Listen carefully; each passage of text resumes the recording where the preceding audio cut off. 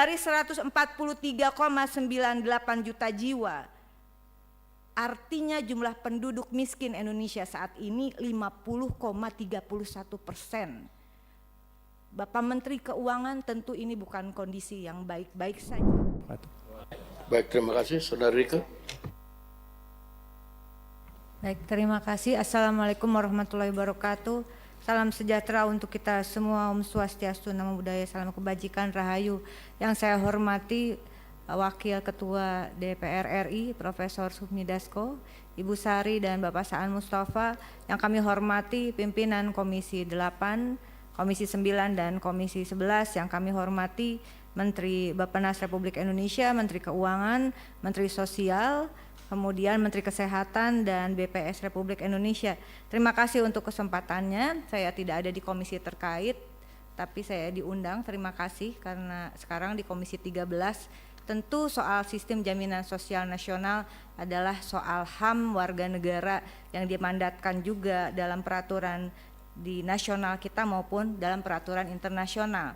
Nah, oleh karena itu menurut saya kita kembali sedikit pada Undang-Undang 40 2004 yang mengamanatkan adanya kenapa kita bisa ada BPJS sekarang ini.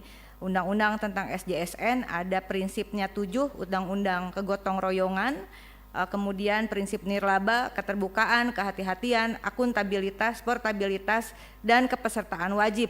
Lalu kemudian lahirlah Undang-Undang BPJS 25 Oktober 2011. Saya dengan Ibu Putih Sari berjuang waktu itu di Komisi 9. Kami sama-sama dalam keadaan hamil.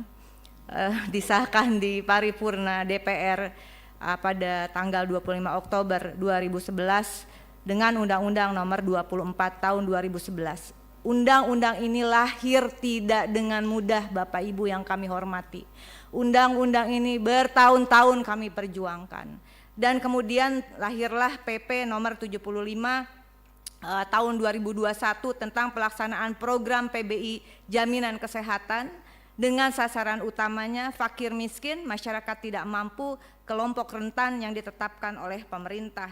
Dan saya teringat bahwa apa yang disampaikan oleh Presiden Prabowo pada saat pelantikan di paripurna DPR, bahwa tidak menginginkan lagi adanya kebijakan yang tidak berbasis pada data faktual atau berbasis hanya pada data statistik yang terindikasi tidak sesuai dengan kebutuhan real dan kondisi real rakyat Indonesia.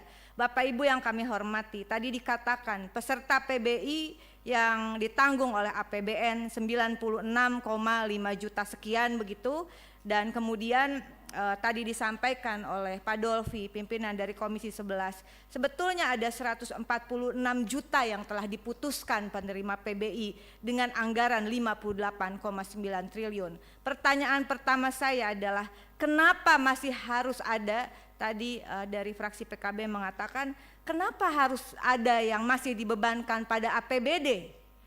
Pada APBD dengan total kepesertaan data tadi disampaikan per bulan Februari ada 47.392.788 orang masih dibebankan kepada APBD. Padahal di dalam APBN sudah diamanatkan 146 juta dan yang telah dialokasikan 96,515 juta. Artinya keseluruhan peserta PBI saat ini adalah 143.908.093 peserta. Dikalikan jumlah penduduk Februari saat ini, kalau di googling ini juga datanya belum pasti, tapi anggaplah benar 287,041161 jiwa.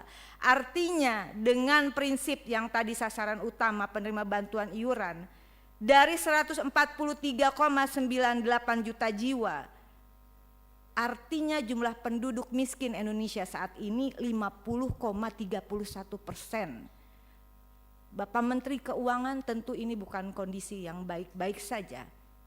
Kalau dikalikan ya, apakah ini data yang faktual? Karena kalau 50,31%, saya mohon masukan dari senior-senior Komisi 11, dari semua yang hadir di sini, apa kategori negara kita jika 50,31% tidak mampu? Sehingga menurut saya ini juga sangat tidak baik. Bagaimana sebetulnya Presiden Prabowo berupaya agar anggaran itu turun langsung ke desa. Agar pendataan itu sebetulnya harus dimulai dari desa. Oleh karena itu izin saya merekomendasikan. Pertama, saya sepakat reaktivasi peserta yang dinonaktifkan tadi segera, karena ini mohon izin pimpinan, mereka sangat, ini persoalan nyawa. Ada 120.472 orang kali 42.000 kali 3 bulan hanya 15,179 miliar, bukan uang kita. APBN bukan uang saya, bukan uang kita, uang rakyat. Saya kira cukup ini. Saya yakin Pak Purbaya juga akan mengatakan tadi cukup karena sudah dialokasikan, sebetulnya tinggal diturunkan. Yang kedua adalah benahi ekosistem data yang terintegrasi mulai dari desa dan kelurahan. Saya yakin bahwa anggaran tepat sasaran, jika data tepat sasaran, basis anggaran adalah data dasar negara, begitu. Karena itu saya dalam hal ini mengapresiasi khususnya kepada Bapak Prof. Dasko yang menginisiasi adanya prolegnas prioritas 2026 tentang RUU 1 Data Indonesia yang diinisiasi oleh DPR RI, khususnya Baleg Republik Indonesia.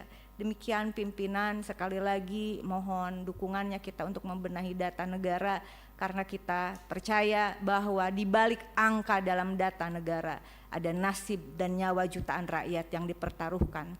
Ini bukan soal deretan angka. Kita bekerja di sini, saya yakin pimpinan, bukan sekedar untuk menghitung secara teknis deretan angka, datasen dan sebagainya.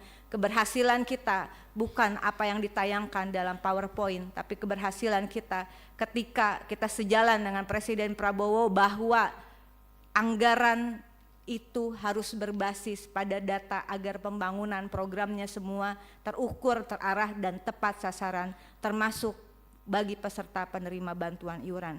Terima kasih. Wallahul muwaffiq ila aqwamit thoriq. Wassalamualaikum warahmatullahi wabarakatuh. Waalaikumsalam.